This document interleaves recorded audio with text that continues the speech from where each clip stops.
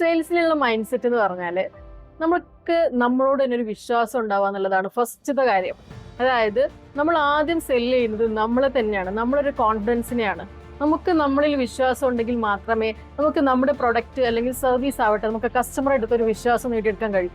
അപ്പോൾ കസ്റ്റമർ ആദ്യം ബൈ ചെയ്യുന്നത് നമ്മുടെ ഒരു കോൺഫിഡൻസിനെ അല്ലെങ്കിൽ നമ്മുടെ ഒരു വിശ്വാസത്തിനെയാണ്.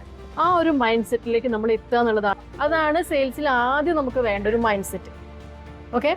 സെക്കൻഡ്, നമ്മൾ ഒരിക്കലും നമ്മൾ എന്ത് ചെയ്യരുത്, നമ്മളൊരു ഇമോഷൻസ് ഒരു പീക്ക് ലെവലിലേക്കോ അല്ലെങ്കിൽ ഒരു ലോ ലെവലിലേക്കോ നമ്മൾ കൊണ്ടുപോകരുത്. ഞാനൊരു എക്സാമ്പിൾ പറയാം. ഒരു ക്രിക്കറ്റിൽ ഒരു 6 അടിച്ചു. അപ്പോൾ എന്താ ചെയ്യേണ്ടത്? നെക്സ്റ്റ് ബോളിന് വേണ്ടി നമ്മൾ വെയിറ്റ് ചെയ്യണം. ഇനി അഥവാ നമ്മൾ എന്ത് ചെയ്തു, നമ്മൾ തോറ്റു, ഔട്ടായ എന്ത് ചെയ്യണം? അടുത്ത കളിക്ക് വേണ്ടി നമ്മൾ പ്രിപ്പയർ ചെയ്യണം. അതാണ് വേണ്ടത്. ആ ഒരു മൈൻഡ് സെറ്റോട് കൂടിയിട്ട് വേണം നമ്മൾ ഒരു സെയിൽസിനെ സമീപിക്കാൻ.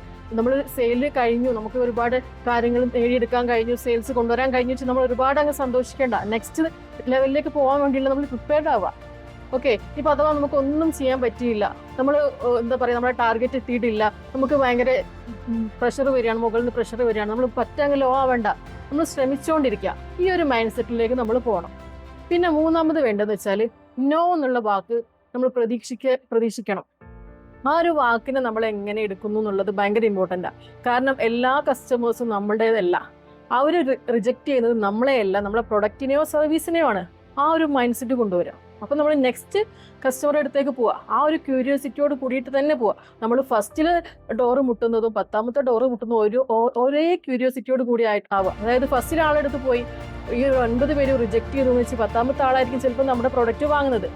അവരുടെ അടുത്ത് നമ്മൾ പോകുന്ന സമയത്ത് ആ ഒരു ക്യൂരിയോസിറ്റിയോട് കൂടിയിട്ട് തന്നെ നമ്മൾ പോകാൻ വേണ്ടിയിട്ട് ശ്രമിക്കുക.